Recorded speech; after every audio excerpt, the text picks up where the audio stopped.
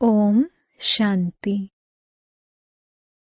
31/12/2025 మధురమైన పిల్లలు, Madhuban holiest of the holy అయిన పవిత్రాతి పవిత్రమైన తండ్రి ఇల్లు.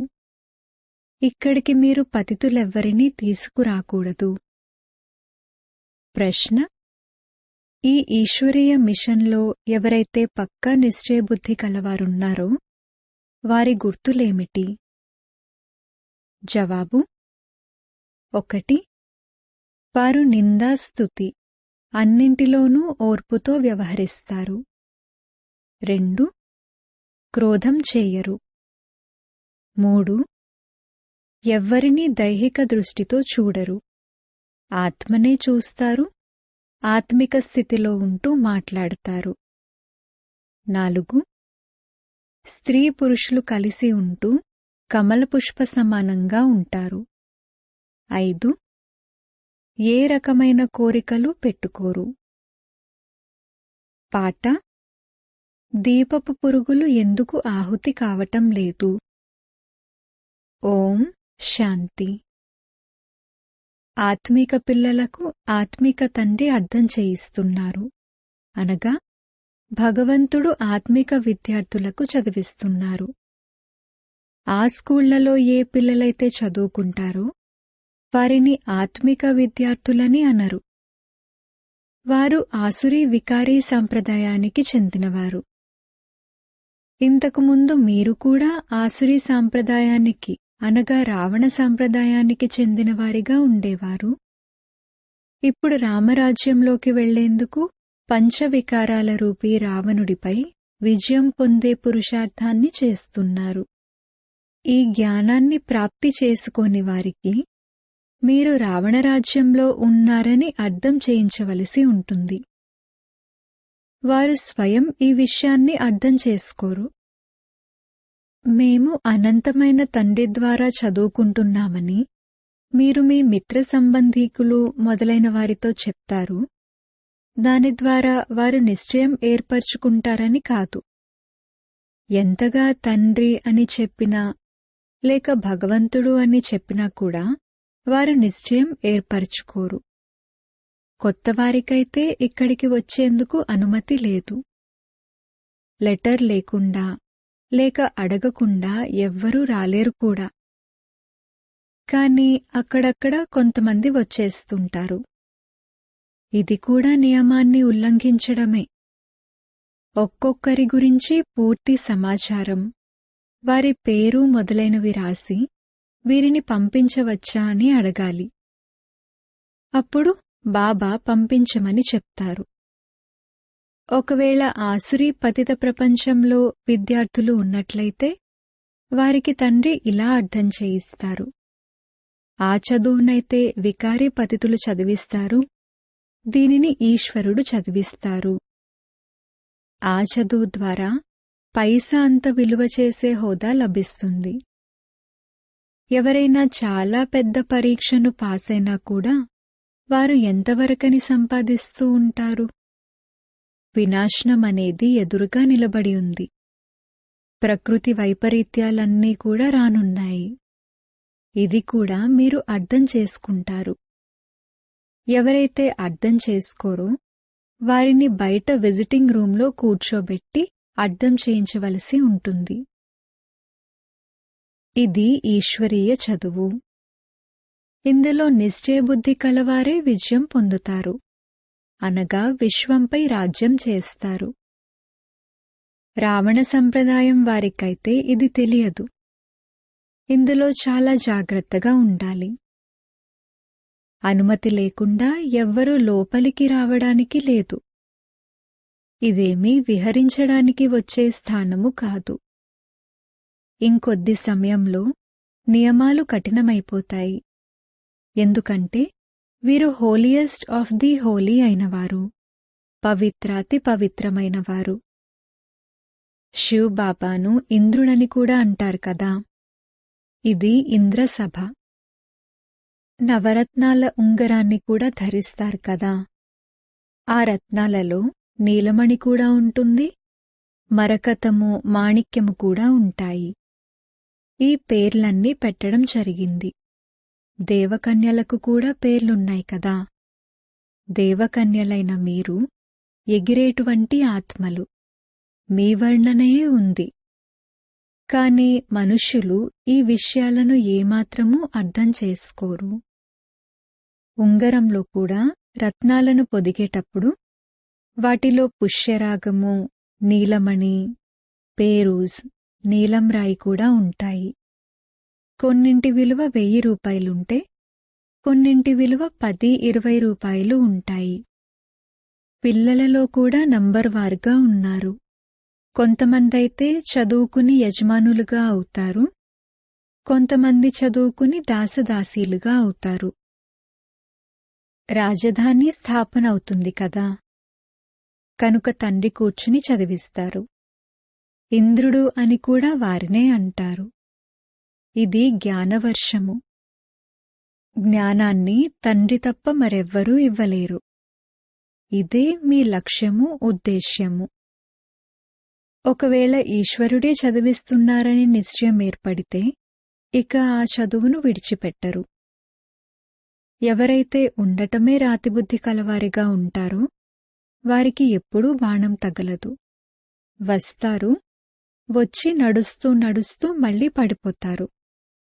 పంచవికారాలు అర్ధకల్పపు శత్రువులు. మాయ దేహాభిమానంలోకి తీసుకువచ్చి చెంపదెబ్బ వేస్తుంది. ఆ తర్వాత ఆశ్చర్యం కలిగేలా వింటారు, వినిపిస్తారు, పారిపోతారు. ఈ మాయ చాలా శక్తివంతమైనది. ఒక్క దెబ్బతోనే పడేస్తుంది. మేమెప్పుడూ పడిపోమని భావిస్తారు. అయినా కూడా మాయ చెంపదెబ్బ వేస్తుంది. ఇక్కడ స్త్రీ పురుషులిరువురినీ పవిత్రంగా తయారు చేయడం జరుగుతుంది. ఆ విధంగా ఈశ్వరుడు తప్ప ఇంకెవ్వరూ తయారు చేయలేరు. ఇది ఈశ్వరీయ మిషన్. తండ్రిని నావికుడు అని కూడా అంటారు. మీరు నావలు. నావికుడు అందరి నావలను ఆవలి తీరానికి చేర్చేందుకు వస్తారు. సత్యం యొక్క నావ ఊగిసలాడుతుంది కాని మునగదు అని అంటారు కూడా. ఎన్ని లెక్కలేనన్ని మఠాలు, ఆశ్రమాలు ఉన్నాయి. జ్ఞానానికి మరియు భక్తికి యుద్ధం జరుగుతున్నట్లుగా ఉంటుంది. అప్పుడప్పుడు భక్తి కూడా విజయం పొందుతుంది. చివరికి మాత్రం జ్ఞానమే విజయం పొందుతుంది. భక్తి వైపు ఎంత పెద్ద పెద్ద యోధులు ఉన్నారో చూడండి. జ్ఞాన మార్గం వైపు కూడా ఎంత పెద్ద పెద్ద యోధులున్నారు. అర్జునుడు, భీముడు మొదలైన పేర్లు పెట్టారు. ఇవన్నీ కథలుగా తయారు చేశారు. వాస్తవానికి ఆ గాయనం అనేది మీదే. ఇప్పుడు మీ హీరో హీరోయిన్ పాత్ర నడుస్తుంది. ఈ సమయంలోనే యుద్ధం జరుగుతుంది. మీలో కూడా ఈ విషయాలను ఏమాత్రమూ అర్థం చేసుకోనివారు చాలామంది ఉన్నారు. మంచి మంచివారెవరైతే ఉన్నారో వారికి మాత్రమే బాణం తగులుతుంది. 3rd క్లాస్ వారైతే కూర్చోలేరు. రోజురోజుకు చాలా కఠినమైన నియమాలు తయారవుతూ ఉంటాయి. ఏమాత్రమూ అర్థం చేసుకోని రాతిబుద్ధి కలవారు ఇక్కడ కూర్చోవడం కూడా నియమ విరుద్ధమే. ఈ హాల్ హోలియెస్ట్ ఆఫ్ హోలీ అయినది, పవిత్రాతి పవిత్రమైనది. పోప్ను హోలీ, పవిత్రమైనవారు అని అంటారు. ఈ తండ్రి అయితే హోలియెస్ట్ ఆఫ్ హోలీ అయినవారు, పవిత్రాతి పవిత్రమైనవారు. తండ్రి అంటారు, నేను వీరందరి కళ్యాణం చెయ్యాలి. వీరంతా వినాశనమైపోయేవారే. ఇది కూడా అందరూ ఏమీ అర్థం చేసుకోరు. వింటారు, కాని ఒక చెవితో విని మరో చెవితో వదిలేస్తారు. ఏమీ ధారణ చెయ్యరు, చేయించరు. ఇలాంటి మూగవారు, చెవిటివారు కూడా చాలామంది ఉన్నారు. తండ్రి అంటారు, చెడు వినవద్దు. వాళ్లైతే కోతి చిత్రాలను చూపిస్తారు, కాని వాస్తవానికి ఇది మనుష్యుల గురించే చెప్పబడుతుంది. మనుష్యులు ఈ సమయంలో కోతి కన్నా కూడా హీనంగా ఉన్నారు. నారదుని కథను కూడా కూర్చుని తయారు చేశారు.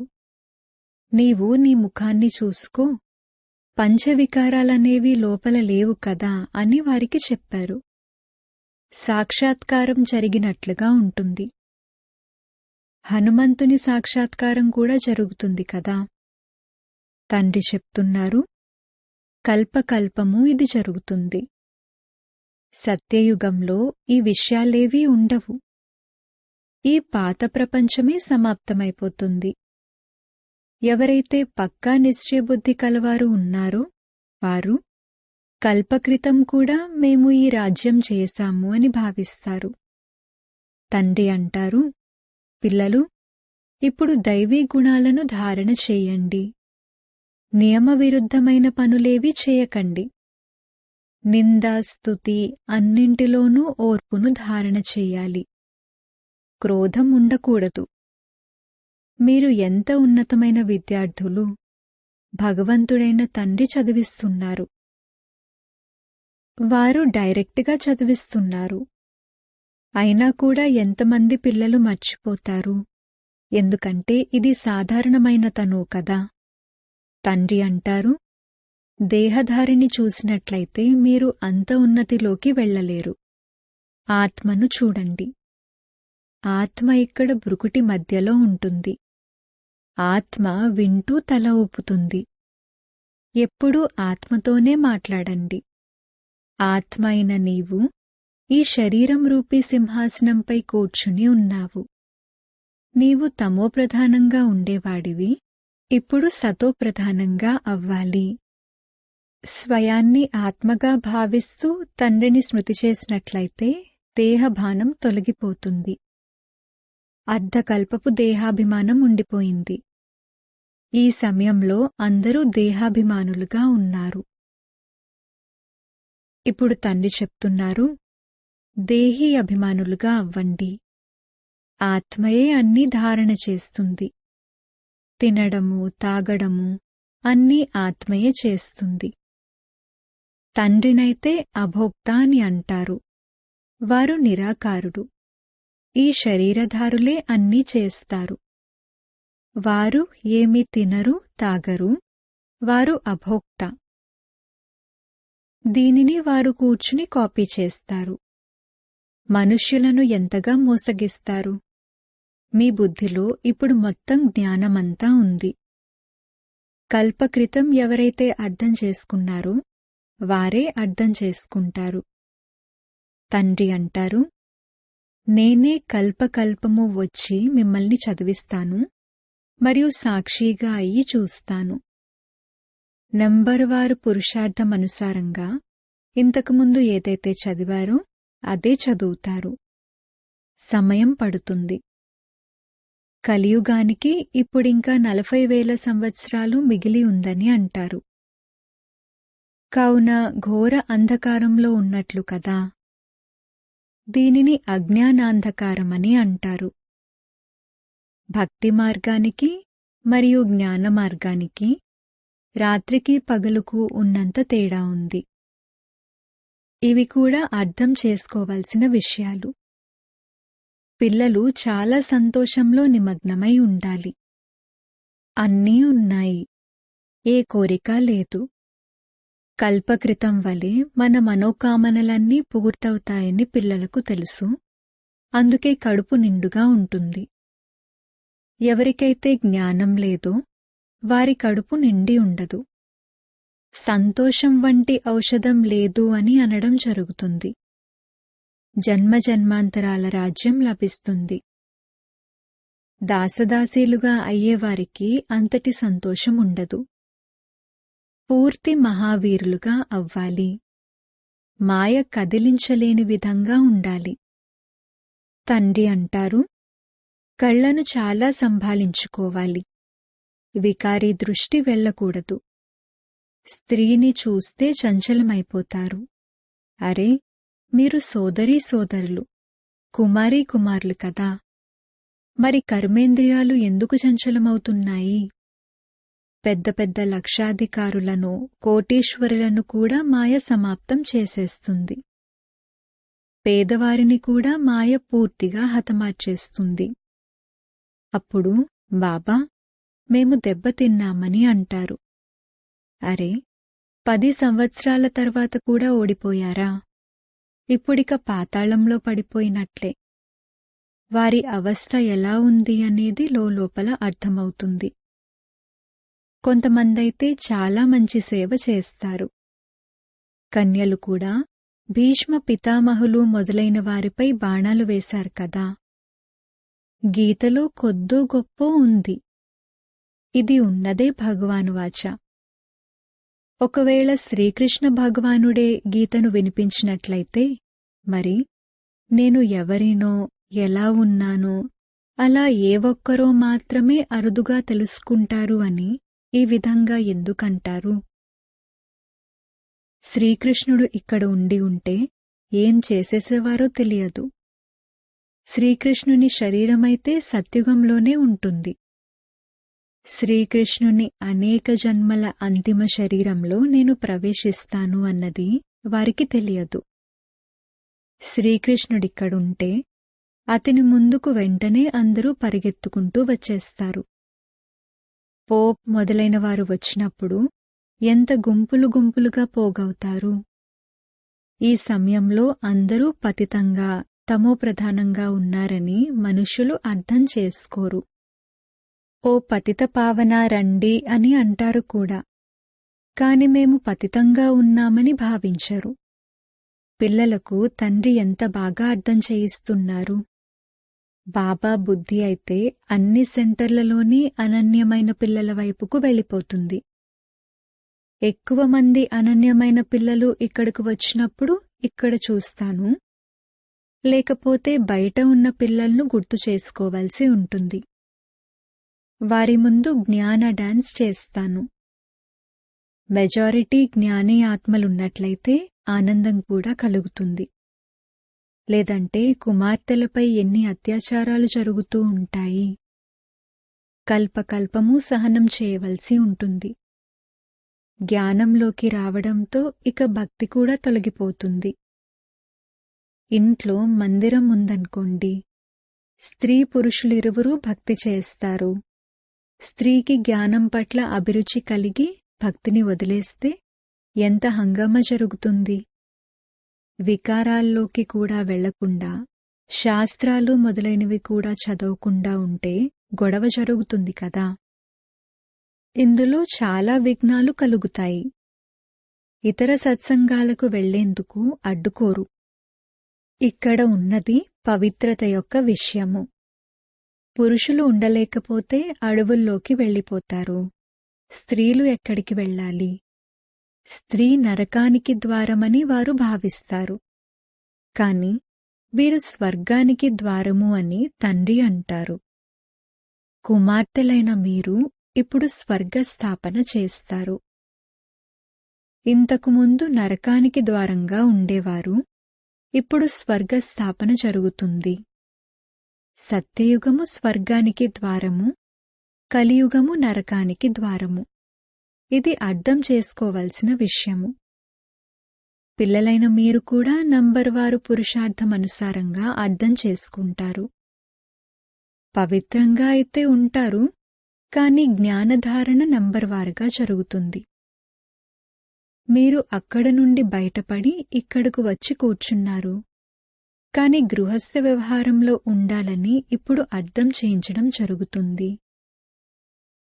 అక్కడ ఉండేవారికి కష్టమవుతుంది. ఇక్కడ ఉండేవారికైతే ఏ కష్టమూ లేదు. తండ్రి అర్థం చేయిస్తున్నారు. కమల పుష్ప సమానంగా గృహస్థ వ్యవహారంలో ఉంటూ పవిత్రంగా ఉండండి.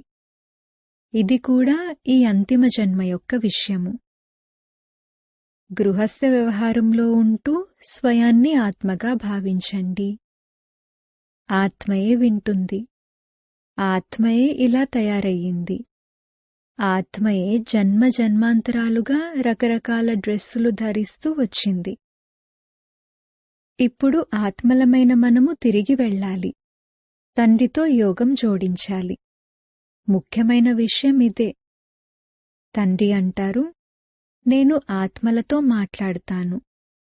ఆత్మ భృకుటి మధ్యలో ఉంటుంది. ఈ ఇంద్రియాల ద్వారా వింటుంది. ఆత్మ ఇందులో లేకపోతే శరీరం శవమైపోతుంది. తండ్రి వచ్చి ఎంత అద్భుతమైన జ్ఞానాన్ని ఇస్తారు. పరమాత్మ తప్ప ఈ విషయాలను ఎవ్వరూ అర్థం చేయించలేరు. సన్యాసులు మొదలైన వారి ఎవ్వరూ ఆత్మను చూడరు. వారు ఆత్మను పరమాత్మగా భావిస్తారు. అలాగే ఆత్మకు ఏమీ అంటుకోదు అని మరోవైపు అంటారు. శరీరాన్ని శుభ్రం చేసుకునేందుకు గంగ వద్దకు వెళ్తారు. ఆత్మయే పతితంగా అవుతుందని అర్థం చేసుకోరు. ఆత్మయే అన్నీ చేస్తుంది. తండ్రి అర్థం చేయిస్తూ ఉంటారు, నేను ఫలానాను, వీరు ఫలానా అని భావించకండి. అలా కాదు, అందరూ ఆత్మలే. జాతి మొదలైన వాటి భేదాలేవీ ఉండకూడదు. స్వయాన్ని ఆత్మగా భావించండి. గవర్నమెంట్ ఏ ధర్మాన్ని నమ్మదు. ఈ ధర్మాలన్నీ దేహానికి సంబంధించినవి. కాని ఆత్మలందరికీ తండ్రి అయితే ఒక్కరే. చూడటం కూడా ఆత్మను చూడాలి. ఆత్మలందరి స్వధర్మము శాంతి. అచ్చా, మధురాతి మధురమైన సిక్కిలదే పిల్లలకు మాతా పితా బాబ్దాదాల ప్రియ స్మృతులు మరియు గుడ్ మార్నింగ్. ఆత్మిక పిల్లలకు ఆత్మిక తండ్రి నమస్తే. ధారణ కొరకు ముఖ్య సారము. మొదటి పాయింట్, ఏ విషయమైతే ఉపయోగపడదో దానిని ఒక చెవితో విని మరో చెవితో వదిలేయాలి. చెడు వినకండి. తండ్రి ఏవైతే శిక్షణలను ఇస్తారో వాటిని ధారణ చెయ్యాలి. రెండవ పాయింట్, ఎటువంటి హద్దు కోరికలు పెట్టుకోకూడదు. కళ్లను చాలా సంభాళించుకోవాలి. వికారీ దృష్టి ఉండకూడదు. ఏ కర్మేంద్రియమూ చంచలం అవ్వకూడదు. సంతోషంతో నిండుగా ఉండాలి. వరదానము, మాయ ఆటను సాక్షిగా అయి చూసే సదా నిర్భయ మాయాజీత్ భవ. ఏ విధంగా ఎప్పటికప్పుడు పిల్లలైన మీ స్థితి ముందుకు వెళ్తూ ఉందో అలా ఇప్పుడిక మాయ దాడి జరగకూడదు. మాయ నమస్కరించడానికి రావాలి, అంతేకాని దాడి చేయడానికి రాకూడదు. ఒకవేళ మాయ వచ్చినా కూడా దానిని ఆటగా భావిస్తూ చూడండి. ఏ విధంగా అనుభవం అవ్వాలంటే సాక్షిగా ఉంటూ హద్దులోని డ్రామాను చూస్తున్నట్లుగా అనిపించాలి. మాయ యొక్క ఎటువంటి భయంకరమైన రూపమైనా కాని మీరు దానిని ఒక ఆటబొమ్మగా మరియు ఆటగా భావిస్తూ చూసినట్లయితే చాలా ఆనందం కలుగుతుంది. అప్పుడిక దానిని చూసి భయపడరు లేక గాభరా పడరు. ఏ పిల్లలైతే సదా ఆడుకునేవారిగా అయి సాక్షిగా అయి మాయ ఆటను చూస్తారో వారు సదా నిర్భయులుగా మరియు మాయాజీతులుగా అవుతారు. స్లోగన్, ఎటువంటి స్నేహసాగరులుగా అవ్వండి అంటే క్రోధం సమీపంగా కూడా రాలేకపోవాలి. అవ్యక్త ప్రేరణలు. ఇప్పుడు సంపన్నంగా మరియు కర్మాతీతంగా అవ్వాలి అనే ధ్యాసలోనే ఉండండి. కర్మాతీతము అనగా కర్మలకు అధీనం కాకుండా ఉండటము. కర్మల విషయంలో పరతంత్రులుగా అవ్వకుండా ఉండటము. స్వతంత్రులై కర్మేంద్రియాల ద్వారా కర్మలు చేయించండి. చేస్తూ కూడా అకర్తలు, సంపర్క సంబంధాలలో ఉంటూ కూడా కర్మాతీతము అని గాయనం ఏదైతే ఉందో మరి అటువంటి స్టేజ్ ఉంటుందా? ఎటువంటి మోహము ఉండకూడదు మరియు సేవ కూడా మోహం కారణంగా ఉండకూడదు. సేవ నిమిత్త భావంతో చెయ్యాలి. దీని ద్వారానే కర్మాతీతంగా అవుతారు. ఓం శాంతి.